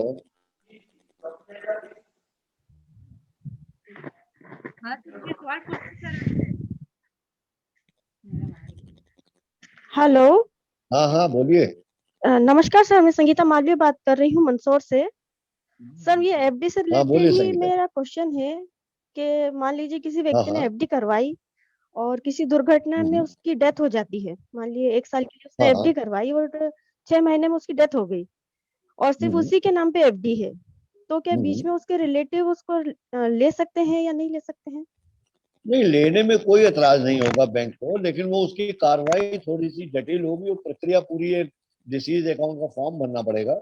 एक मृत्यु वाला फॉर्म आता है बाकायदा, हर बैंक में वो अलग से होता है। उसमें जितने भी उत्तरजीवी हैं, जितने भी उनके बचे हुए लोग होंगे परिवार के, उन सबको शामिल करके किसी एक के हक में वो पैसा दे दिया जाए तो वो दे दिया जाएगा। प्रक्रिया थोड़ी जटिल होती है, इसीलिए मैंने अपने शुरुआती दौर में ये कहा था, शामिल खाता रखिए और नॉमिनी रखिए, जरूर मिलेगा पैसा, लेकिन प्रक्रिया थोड़ी जटिल है। और पैसा अगर ज्यादा है तो हो सकता है कोर्ट कचहरी के माध्यम से पैसा मिले। ठीक है और संगीता पूछना जी? था मुझे। हेलो। जी संगीता जी हेलो, बोलिए। जी बोलिए संगीता मैं जी। संध्या जी बोले। हाँ बोलिए मैं संध्या। जी संध्या बोलिए बोले। संध्या जी। हाँ जी सर, जी एक बोलिए चीज बोलिए। का और एक एक सर एक चीज का और प्रॉब्लम होता है कि जब हम लोग एलआईसी खोलते हैं, हाँ हाँ।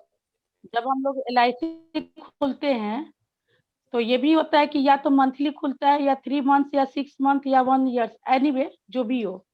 लेकिन होता क्या है, जैसे मान लीजिए कि 2 साल या 3 साल हमने उसको जमा किया और किसी कारणवश अगर वो जमा नहीं होता है तो वो हम्म, पैसा तो रिकवरी नहीं हो पाता है सर। हम्म। वो पैसा तो बैंक के पास में ही रह जाता है। अगर मान लीजिए कि जैसे वो 10 साल का खुला, फिर 10 साल के बाद में ही या तो वो पैसा मिल पाएगा। हेलो। देखिए संध्या जी, जी ऐसा बोलिए है बोलिए आप। संध्या जी। एलआईसी जब हम लोग खोलते हैं तो मान लीजिए कि 10 साल के लिए खोल दिया गया या 15 साल के लिए, और बीच में कोई 3 साल का रिन्यूअल चढ़ा करके उसको जो है छोड़ दिया, तो वो 2 साल चला करके छोड़ दिया तो वो तो पैसा रिकवरी नहीं देती है बैंक। बैंक देती ही नहीं है। संध्या जी या आपके तो सवाल, संध्या जी नहीं आपके संध्या जी आपके सवाल को समझ लिया डॉक्टर मतलब भगत साहब ने, वो रिस्पॉन्स कर रहे हैं, थोड़ा सुनिए प्लीज या।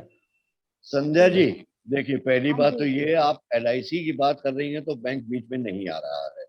मैं बीमा पॉलिसी की बात कर रहा हूँ। मैं इसको एक बीमा पॉलिसी के हिसाब से जवाब दे रहा हूँ। वो बीमा पॉलिसी बैंक की किसी कंपनी की भी हो सकती है, एलआईसी की भी हो सकती है। देखिए, जब आप किसी एक अवधि के लिए बीमा कराती हैं और उस बीमा को जब आप कुछ दिनों बाद नहीं चला पाती हैं तो वो पॉलिसी को क्या बोलते हैं? लैप्स। पॉलिसी लैप्स हो जाती है। कुछ स्कीमें ऐसी हैं जहां पे वो पैसा आपको नियत अवधि के बाद मिल सकता है, लेकिन कुछ स्कीमें ऐसी हैं, ये डिपेंड करेगा आपने किस स्कीम के अंतर्गत वो कराया है। एलआईसी की अगर बात करें तो उनकी अलग अलग स्कीम होती हैं। अगर वो पॉलिसी लैप्स हो गई है तो बीच बीच में एलआईसी ये सुविधा देती है अपने ग्राहकों को कि आप अपनी लैप्स पॉलिसी को, जो प्रीमियम पेंडिंग है, उस प्रीमियम के पेंडिंग के ऊपर दंडात्मक ब्याज दे के, उसमें कुछ छूट दे के वो पॉलिसी आप दोबारा रिन्यू करा सकती हैं। हाँ, कुछ स्कीमें ऐसी होती हैं जिसमें समय से पहले भुगतान नहीं होगा। जितना भी पैसा आपने जमा किया है उस पैसे को हम अंतिम दिन ही पैसा पा सकेंगे। ऐसी पॉलिसीज जो होती हैं वो ग्रोथ पॉलिसीज कहलाती हैं। हर कंपनी की अपनी अलग अलग होती है।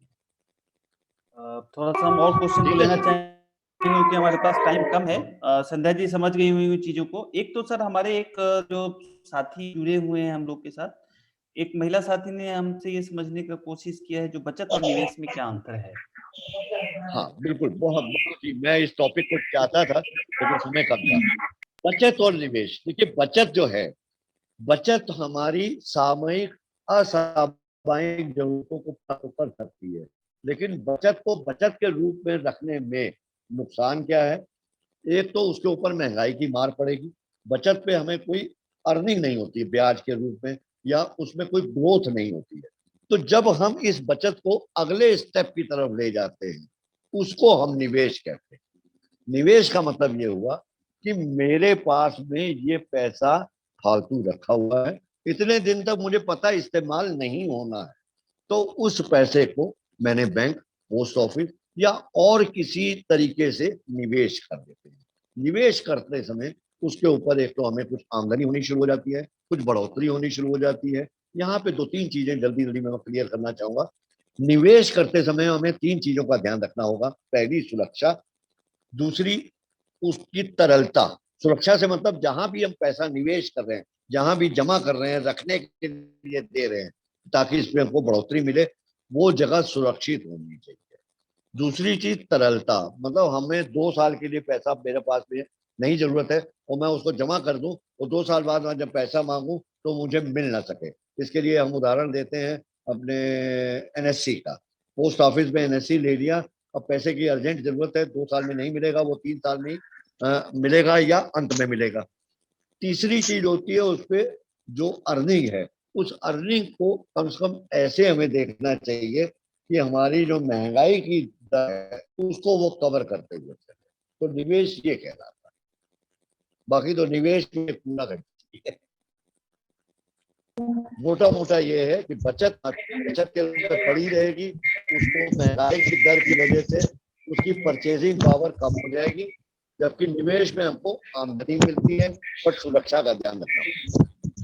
हमारे एक साथी ज्यादा हम उसमें अर्निंग की उम्मीद करेंगे निवेश में, उतना है रिस्क कम। जी भगत सर, हमारे एक साथी ने पूछा है जो आज के परिवेश में आरडी और एफडी में कौन सा बेहतर है, अगर आप निवेश या बचत निवेश के परिप्रेक्ष्य से देखें तो आरडी और एफडी में कौन सा ऑप्शन जो है वो बेहतर है? मैं नहीं, ये जिनका भी प्रश्न है उनको मुझे ये कहना होगा, आरडी और एफडी निवेश जरूर है, लेकिन ये 2 अलग अलग चीजें हैं।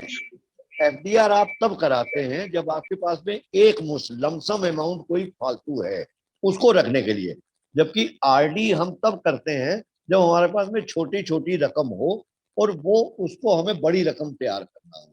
तो आरडी और एफडी का तो कोई कंपैरिजन आपस में है ही नहीं।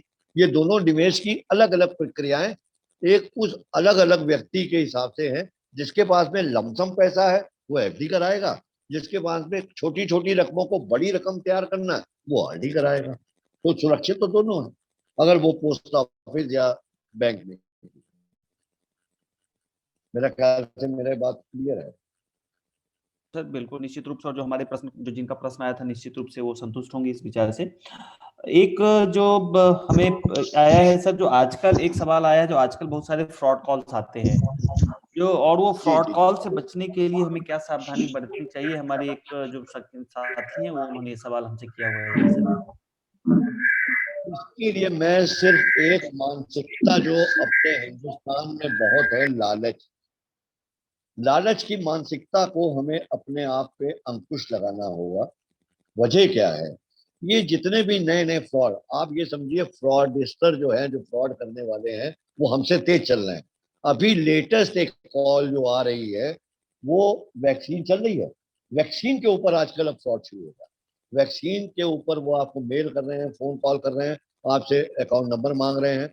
आप मोटी एक बात जानिए सर, कोई भी चीज मुफ्त में कोई क्यों देगा? तो मुफ्त की किसी भी चीज के लालच में आके कभी भी वो आपको बहका के फुसला के कोई भी कॉल में, जैसे ही वो आपसे ओटीपी नंबर, पिन नंबर, आपका अकाउंट की डिटेल मांगना शुरू करें, आप फोन कॉल ना किसी झंझट में ना पड़िए, उठा के काट दीजिए। कोई बैंक वाला कोई भी ना को पिन मांगता है, ना सीवीवी मांगता है, ना कार्ड की डिटेल मांगेगा, ना कार्ड का रिन्यूअल, कभी फोन पे होता है। बराए मेहरबानी अपने दिल के लाश में या आपके ऊपर मेहरबान होके नहीं मिले। एक thank you so much sir. एक बहुत ही इंटरेस्टिंग सवाल हमारे राजस्थान की एक बहन ने पूछा है, बचत की आदत को बढ़ाने के लिए हमें क्या क्या करने की जरूरत है? ऑल्दो ये डिजिटल लिटरेसी से जुड़ा हुआ नहीं है, लेकिन उन्होंने एक सवाल पूछा है राजस्थान। नहीं, ये मेरा एक वो प्रश्न था जिसको मैं सवेरे करना चाह रहा था। देखिए सर, बचत को बढ़ाने के लिए, बचत हमने क्या बताया, बचत वो है जो आमदनी में से पहले ही 10 से 20% काट लिया जाए और तब खर्चे किए जाए। तो बचत बढ़ाने के तरीकों के बारे में सिर्फ 2 लाइन की मैं बात कहना चाहूंगा। बचत जब हम कर लेते हैं 10%, तो हमने एक कंपल्सरी कह दी, मिनिमम करो।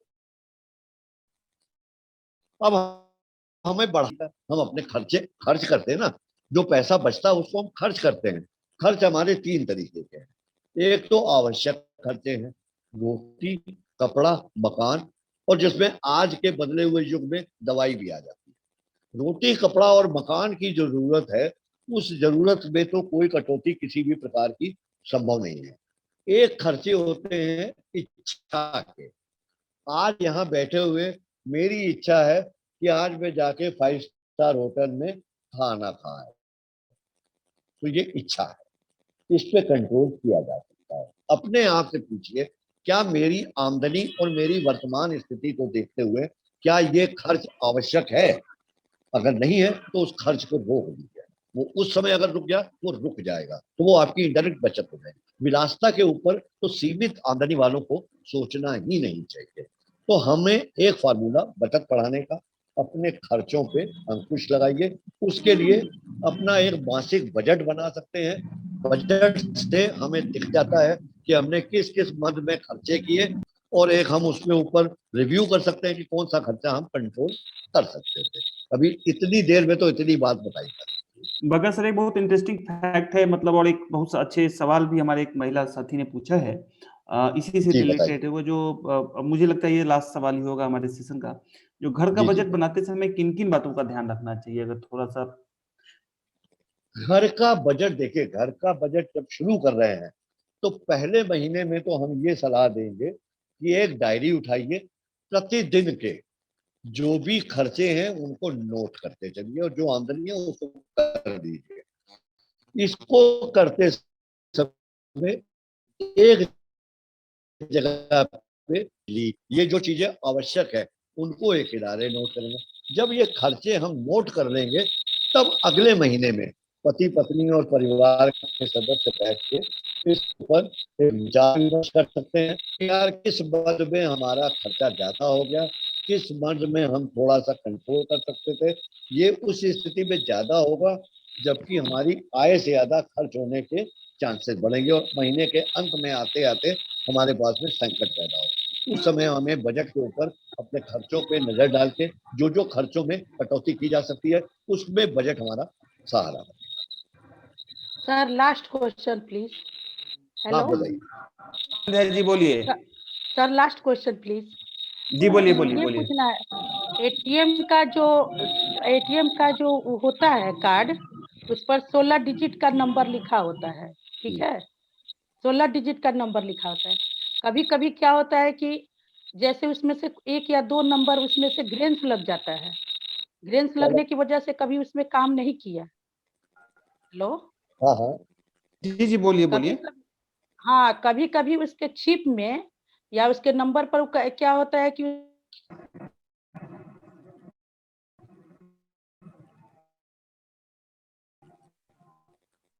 है, और उस एटीएम को, हेलो, जी जी, बोलिए संध्या संध्या जी, जी मैं बोलिए। आपके हाँ, कभी कभी क्या होता है कि जैसे उसका 16 डिजिट का जो नंबर होता है ना कार्ड पे,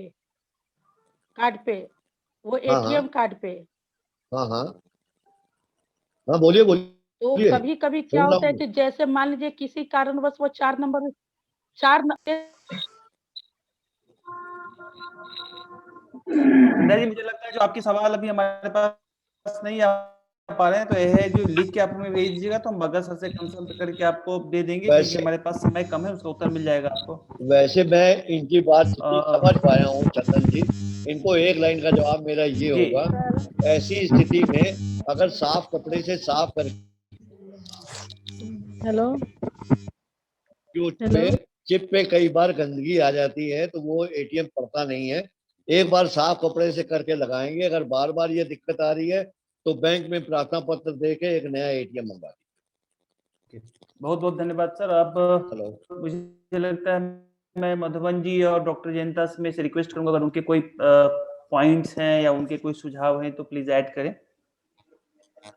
Madhuban ji, doctor Jayanta. I'm fine, Chandan ji. I'll request Dr. Janta if he, in case he has any question. Doctor साहब, आपका कोई सबमिशन है? तो डॉक्टर साहब नहीं है, या please continue. Jayanta No, doctor no, साहब is here. yeah, it's good actually. Yeah, hello. It's जी exciting actually to hear Bhagat Saab say, and he has long experience and बहुत अच्छा insights इन्होंने दिए हैं, and I think we can create a protocol and this would be a good guidance for us as we move forward. But मुझे लगता है time का कमी है, लेकिन फाइनेंशियल इंक्लूशन का जब बात होता है उसमें apart from financial and digital literacy का बात तो है ही, एक पहलू है, पर साथ साथ what are the schemes that one can leverage, वो सारे बातें में भी शायद आज का इंटरेक्शन में अपॉर्चुनिटी नहीं है, बट हो सकता है इन फ्यूचर भगत साहब it will be very nice to hear from you, how we could do that, because let us look at it, from a broader perspective of financial inclusion rather Sure. than only financial literacy. Sure. So we'll be really happy to get your guidance and your thoughts and insights on this. Sure. Looking forward. Chandan ji, Thank you very Chandan ji, much. Chandan ji, जी sir, hello. जी sir, yes sir, yes जो sir. Mister Mitra कह रहे हैं मैं समझ सकता hello हूं। Sir, good afternoon sir. Hello sir, good afternoon sir. Bhagat sir please बोलिए। जी मैं मधुमाला, ये कह मधुमाला रहा का था एक सवाल है भगत कि साहब। जी बिल्कुल जो मधुमाला मिस्टर बताइए। मित्रा ने, हाँ प्लीज, हाँ बोलिए मधुमाला। जी सर, मैं इंश्योरेंस से मतलब कुछ क्वेश्चन करना चाहती हूँ कि मैं जी। किस बैंक में इंश्योरेंस कराया जो कि ज्यादा से ज्यादा उस पे इंटरेस्ट मिल सके। पहली बात तो ये, इंश्योरेंस पे कभी इंटरेस्ट की बात मत करिएगा। इंश्योरेंस कोई डिपॉजिट या इन्वेस्टमेंट नहीं है। इंश्योरेंस आपकी सुरक्षा के लिए होता है। पहले तो अपने यहाँ पे थोड़ा सा क्लैरिटी रखिए। इंश्योरेंस कभी भी बढ़ोतरी के लिए या ब्याज के लिए नहीं कराया जाता है। ये आपकी सुरक्षा के लिए, जी सर, आपकी जिंदगी की सुरक्षा, आपके स्वास्थ्य की सुरक्षा, आपके सामान की सुरक्षा, तरह तरह के बीमा है। ये कभी बढ़ोतरी के लिए नहीं होती। और सर, किस बैंक में कराना के है बारे में कुछ, कौन सा इंश्योरेंस? हेल्थ इंश्योरेंस के बारे में कुछ बेनिफिट मुझे जानकारी देंगे सर। हेल्थ इंश्योरेंस Yes, के sir. लिए आप जैसे लोगों के लिए कुछ ना करिए। आप प्रधानमंत्री की जन आरोग्य योजना के अंतर्गत में अपने आप को रजिस्टर करा लीजिए। 5 लाख Yes, sir. तक रुपए का आपको मिल जाएगा। वो PMJY के अंतर्गत आपका रजिस्ट्रेशन आप अपने फाउंडेशन से कहिएगा या कुछ भी मदद हो जाएगी। आप निकटवर्ती अपने जिले में जाके भी इसको करवा सकते हो। प्रधानमंत्री जन आरोग्य योजना होती है, उसमें आप PMJY में अपना रजिस्ट्रेशन करा, क्योंकि प्राइवेट कंपनियों के इंश्योरेंस बहुत महंगे होते हैं। मुझे नहीं लगता कि आपके स्तर, मैं आपके ऊपर कोई ऐसी बात नहीं कर रहा हूँ, लेकिन हमें छोटे स्तर पे जब करना है, प्रधानमंत्री जन आरोग्य कार्ड बनवाना आपके लिए श्रेष्ठ कर रहेगा, अच्छा रहेगा। Yes sir, thank you sir. So अब हम थोड़ा क्लोजर की तरफ मूव करें मधुबन जी, और मुझे लगता है जो टाइम पूरा हो रहा है, सो जनार्दन या और लोगों में कोई प्रश्न नहीं हो तो हम क्लोजर की तरफ चलें। मधुबन जी बस एक कुछ पूछना चाह रहे हैं आप। जी चंदन जी एक लाइन सिर्फ कहूंगा मैं आप मिस्टर मित्रा की बात से पूरी तरीके से सहमत हूँ। एक्चुअली फाइनेंशियल इंक्लूजन के 6 पिलर हैं, उनमें फाइनेंशियल लिटरेसी एक है। मैंने अभी स्कीमों को कवर नहीं किया, गवर्नमेंट की स्कीमें हैं, बीमा है, पेंशन की बात नहीं की, तो ये सारी बातें तो विस्तार की हैं। आप फिर कभी मौका दीजिएगा, जिस भी टॉपिक को कहिएगा, मैं पूरी तरीके से आपके साथ। ठीक है, बताइए अब आप क्या कह रहे हैं? जी जनार्दन जी, आप कुछ बोल रहे थे। नहीं, अभिषेक जी हाथ अभी रेज किए हुए थे, शायद उनका कोई सवाल था। अभिषेक ब्राह्मण, अभिषेक जी सर, आपका कोई सवाल था क्या? अभी आप इनका हाथ इन्होंने रेज किया हुआ था, अभिषेक जी जुड़ी हैं, मतलब बैठी यहाँ पे, तो उनका सर कुछ सवाल था जो सर ही से करना।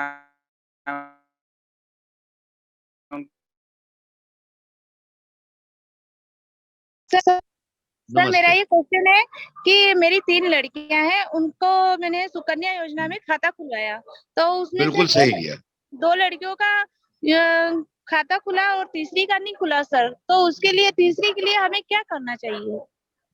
देखिए, सरकारी नियम ये कहता है, भारत सरकार ने जब ये योजना शुरू की थी तो उस योजना में ही उन्होंने ये बात को क्लियर किया था कि ये 2 लड़कियों के लिए ही लागू होगा। तीसरी लड़की तब जुड़ सकती है जब किसी 2 लड़कियों का जन्म इकट्ठा जुड़वा हो, तो वो सरकार के नियम के विरुद्ध है, इसलिए वो नहीं हो सकता। सुकन्या समृद्धि योजना कन्याओं के लिए है, लेकिन वो 2 कन्याओं तक ही सीमित है ना। अगर आपकी 3 में से 2 लड़कियां जुड़वा होती, अच्छा, हाँ सर समझ रही हूँ। वो नहीं हो सकता है, वो सरकार। ठीक है सर, ये सुकन्या योजना के लिए मेरा एक क्वेश्चन था आपसे। हाँ पूछिए। हेलो। हाँ पूछिए सर, पूछिए जैसे संगीता। मुझे अपनी बेटी का नाम मैंने जब जन्म हुआ था तब कुछ और रखा था और सुकन्या योजना में जुड़वा दिया। लेकिन अब मैं चाहती हूँ सुकन्या योजना में उसका नाम चेंज करवाना चाहती हूँ, तो क्या वो पॉसिबल है सर? नहीं, तो अब उसके नाम को ऐसा तो नहीं कि आप हमेशा बदलेंगी या क्या है। अभी जो आपने नाम, जो पुराना नाम चल रहा है आपके पास में, उसका जो जन्म प्रमाण पत्र या और अपने आधार या जो भी कोई डॉक्यूमेंट बनाया है, क्या वो पहले वाले नाम से बनाया है या अब नए नाम से बन गया है? पहले तो आपको ये तय करना होगा कि आपका जो भी नाम आपने उस समय रखा था, उस नाम के साथ में एक कोर्ट से एफिडेविट भुगतान के समय बनाना ठीक रहेगा कि ये खाता था, और उसके डॉक्यूमेंट भी आपको देने पड़ेंगे कि हाँ ये और ये एक ही लड़की है, जिसमें पेरेंट्स का एक साथ में हलफनामा लगेगा। और वैसे इस बात को जहां भी आपने अकाउंट खोला है उन्हीं से संपर्क करके कर देना उचित रहेगा, कोई ना कोई एक वाजिब हल निकल आएगा। Hello sir. हेलो जी बोलिए संतोष जी। हाँ जी बोलिए संतोष जी, बोलिए। एक आइचलकंदी से सखी है, वो आपसे एक सवाल करना चाहती। जी बोलिए। Good evening sir. हाँ गुड इवनिंग। हाँ गुड इवनिंग, बोलिए। चेकबुक में बारे में थोड़ा माहिती चाहिए थी। हाँ बताइए, क्या चाहती हैं चेकबुक में? चेकबुक संभाल के रखनी है ये पता है आपको, चेकबुक पे साइन करके नहीं रखने हैं ये भी पता आपको, और क्या जानना चाहेंगे आप चेकबुक के बारे में? सावधानी तो 2 ही है, किसी को खाली चेक काट के नहीं देना है, ये तीसरी बात हो गई। पहली बात क्या है, अपने ताले में संभाल के रखना है। दूसरी बात क्या है, खाली चेकबुक साइन करके नहीं दबा के रखनी है। तीसरी बात क्या है, किसी को भी देना है तो चेक पूरी भर के देनी है। चौथी बात क्या है, अगर चेकबुक को आप चाहते हो पैसा उसके खाते में जाए तो किनारे पे 2 लाइनें डाल के देनी है। ठीक है। चौथी और सबसे आखिरी बात क्या है, चेक को कभी भी कोई कटिंग अलाउड नहीं है। बड़ा इत्मीनान से तसल्ली से चेक काटना है। अगर जरा सी भी कटिंग किसी भी तरीके की होगी तो वो चेक मान्य नहीं होगा, वो चेक गलत माना जाएगा। चौथी आखिरी बात बता दूं, चेक तभी रखिए अपने पास में जब आप खाते में न्यूनतम बैलेंस चेकबुक का रखिए। खाते में बैलेंस कम होगा तो चेकबुक के चार्जेस कटेंगे। ठीक है। और कुछ अलग से पूछना हो तो बताइए। Okay sir, thanks. इतना ही पूछना। तो थैंक यू बग्गा सर, जो आपने समय दिया और हम लोगों को इनलाइटन किया। जी हेलो। हेलो बोलो। जी बोलिए, प्लीज बोलिए। जी बोलिए। सर मैं राजस्थान पाली से बोल रही हूँ, शारदा। जी बोलिए। मैं सखी ग्रुप में जुड़ी हूँ। यूपीआई का पैसे कैसे निकालते हैं सर? यूपीआई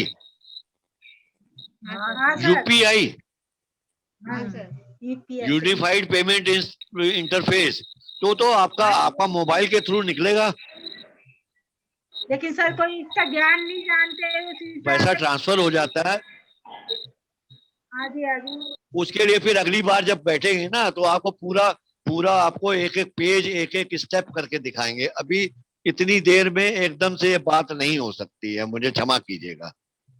ओके ना ये बात के लिए जब अगली बार अलग अलग तरीकों से काम कैसे किया जाता है वो एक एक पेज खोल के दिखाना ठीक रहेगा। अभी इतनी देर में ये बात नहीं हो पाएगी, मुझे माफ कीजिएगा। हेलो चंदन जी, ये बात जी संभव नहीं है। यूपीआई का जी कैसे भुगतान अभी मैं करना सिखाऊं तो खाना मुश्किल होगा। हेलो जी जी, एक मिनट रुकिएगा। ये पहले भी जब चर्चा शुरुआत हुई थी तो बग्गा साहब ने यूपीआई के बारे में थोड़ा संक्षेप में हम लोगों को बताया था। मुझे लगता है अगर किसी के कोई प्रश्न नहीं है तो हम क्लोज करें चीजों को। किसी के कोई प्रश्न हो तो जल्दी बताएं, और ये लास्ट प्रश्न ही है। हेलो जी हाँ जी, बोलिए। Good evening sir. जी बोलिए बिंदु जी, बोलिए। जी बोलिए। सर मेरा ये कहना है सर कि अगर कोई हेल्थ इंश्योरेंस करा रहा है, अगर मैंने इंश्योरेंस अगर मैंने दूसरे में भी कराया है और ये जो प्रधानमंत्री सुरक्षा योजना में भी कराता है तो क्लेम मिलने में कोई दिक्कत तो नहीं होगी सर? नहीं, देखिए, सुरक्षा बीमा एक इंश्योरेंस है। 12 रुपए वाले की आप बात कर रही हो ना? 12 रुपए वाले की बात कर रही हो या आप मेडिकल इंश्योरेंस की बात कर रहे हो बिंदु जी? सर हेलो, उनका सवाल ऐसा है। मेरी आवाज नहीं आ रही है? हेलो, हाँ जी, हाँ बोलिए। बग्गा सर। हाँ बोलिए। सर मैडम ये पूछ रही है कि मान लीजिए उन्होंने एक प्राइवेट एजेंसी से भी अपना इंश्योरेंस करा रखा है और प्रधानमंत्री सुरक्षा योजना से भी इंश्योरेंस करा रखा है, तो क्या दोनों से क्लेम मिलेगा? ये उनका सवाल है। मिलेगा, लेकिन प्रधानमंत्री सुरक्षा बीमा है आगे प्रधानमंत्री सुरक्षा बीमा योजना जो है ये मात्र एक्सीडेंट कवर करने की योजना है। तो इसमें क्लेम तभी मिलेगा अगर मृत्यु दुर्घटना की वजह से हुई हो, और उसको प्राप्त करने के लिए, उस क्लेम को लेने के लिए दुर्घटना का पंचनामा, पुलिस की एफआईआर, पुलिस की रिपोर्ट वो लगेगी, तभी वो क्लेम मिलेगा। तीसरी बात, जो प्रधानमंत्री सुरक्षा बीमा जिसमें 12 रुपए का सिर्फ प्रीमियम है, उस प्रीमियम को, उसका क्लेम मृत्यु ना भी हो, अगर इंजरी भी होती है, एक अंग खराब हो जाए तो 1 लाख रुपया, 2 अंग खराब हो जाए तो 2 लाख रुपए मिल जाते हैं। इसलिए दूसरे किसी बीमा का सुरक्षा बीमा से कोई सरोकार नहीं है।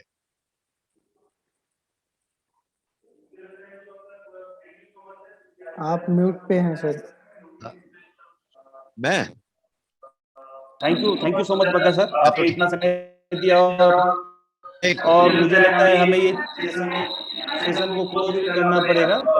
जनार्दन जी प्लीज म्यूट कर दीजिए।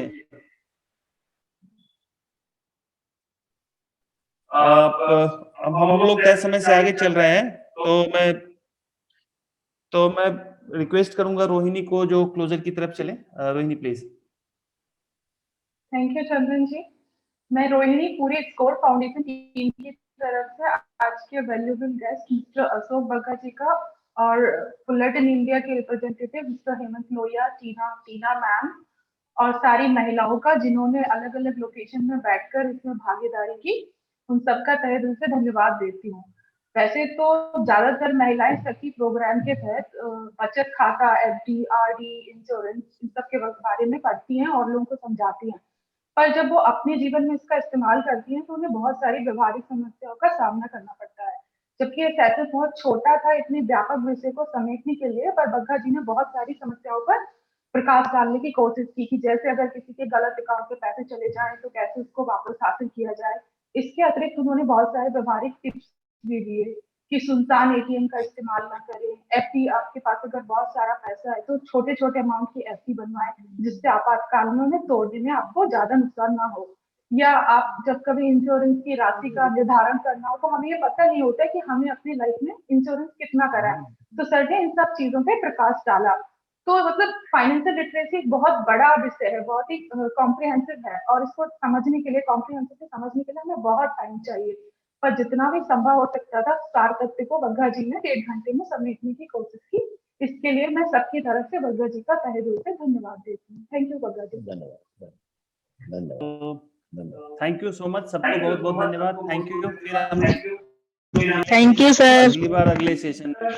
Thank you sir, thank you. बहुत बहुत धन्यवाद।